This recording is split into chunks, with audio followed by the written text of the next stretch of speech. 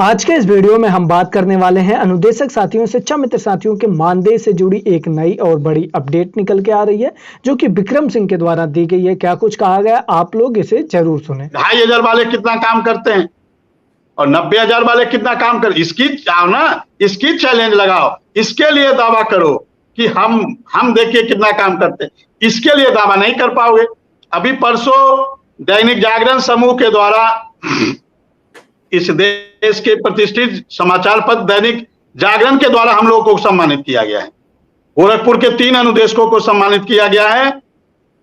गोरखपुर से मात्र 10 लोगों को सम्मानित किया गया बेसिक शिक्षा में, जिसमें 3 अनुदेशक थे, जिसमें एक हमारा भी नाम था। तो कहीं ना कहीं हम लोगों को शौक नहीं लगा है कि हम दिल्ली जाएं, हम इलाहाबाद जाएं, हम लखनऊ जाएं, अधिकारियों के चक्कर लगाएं, ये सब शौक नहीं लगा है सर। हम तो नौनिहालों का भविष्य बनाने आए हैं ना।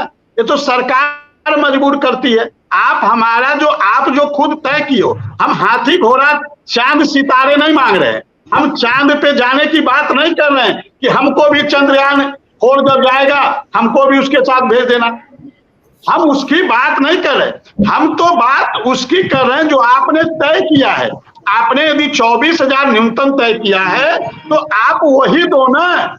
हम आपसे कहां कह रहे हैं कि आप हमको तुरंत जो है 80,000 दे दो, 90,000 दे दो।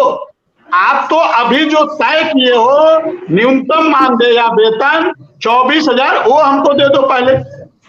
वो जब दे दोगे तब ना हमको लगेगा कि हाँ, भारत सरकार ने ये न्यूनतम तय किया। ये अनुदेशक को भी मिल रहा है, शिक्षा मित्रों को भी मिल रहा है, ग्राम प्रहरियों को भी मिल रहा है, और जो भी इस देश के कर्मचारी हैं, चूंकि भारत सरकार ने तय किया है, तो जो भारत सरकार ने तय किया है तो देश के 28 राज्यों पे और 8 केंद्र शासित प्रदेशों सब पर नियम लागू होता है। तो सभी लोगों को ये दो ना। और इस संविदा की व्यवस्था लाने की जरूरत क्या पड़ी आपको? क्या इस देश में संविदा पे कोई सांसद है? क्या इस देश में संविदा पे कोई विधायक है? क्या इस देश में संविदा पे कोई मुख्यमंत्री है? क्या इस देश में संविदा पे राष्ट्रपति है? क्या इस देश में संविदा पे प्रधानमंत्री है? क्या इस देश में संविदा पे उपराष्ट्रपति है?